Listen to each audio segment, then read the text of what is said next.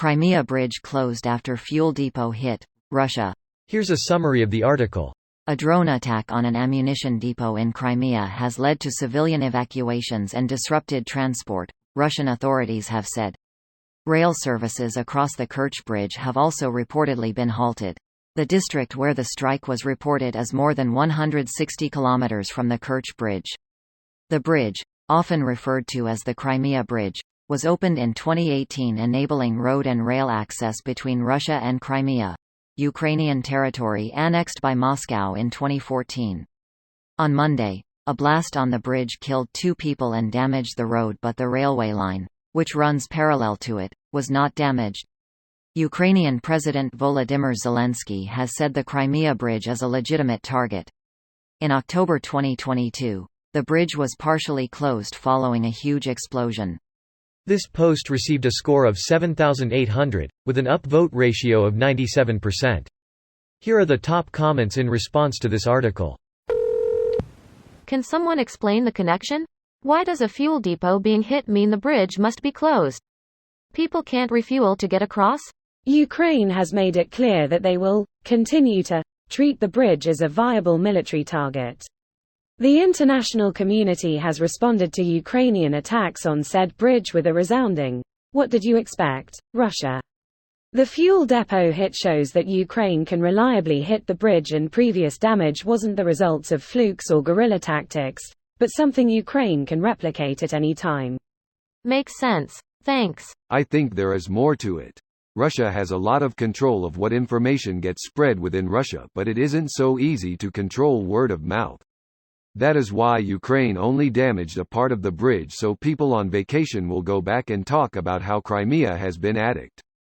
Now that they have been attacked again, they might be closing the bridge just to prevent their own citizens from going back until they can control the narrative. That doesn't seem like effective information control. Russians not coming back from their vacation is many times worse for optics than then coming back and saying the bridge was hit. Not like anyone is going to be like, "Oh, my friends, family never came back from their Crimean vacation." I'm sure it's perfectly fine that I haven't heard from them. Agreed, and they can share all this over Telegram, where there's too much for FSB to control it. We consider this an act of war, Russia.s. So the special military operation is what? A goodwill visit? If yes, it is an awful lot of goodwill. It's just a special military operation, but we need to mobilize millions of you over 2 years to keep it going. Also, our flagship was sunk by a nation with no navy. Also, the entire world, economically relevant world, sanctioned us because of it. Also, we will refer to it as a war publicly, but you can't. Greater than also, our flagship was sunk by a nation with no navy. By what are effectively row boats with motors and simple RC control. The Moskva was hit with Neptune cruise missiles, not the drone boats that Ukraine has been using to harass the Russian Navy. Is Russia starting to regret Putin's decision for a special military operation? When you say Russia, who do you mean?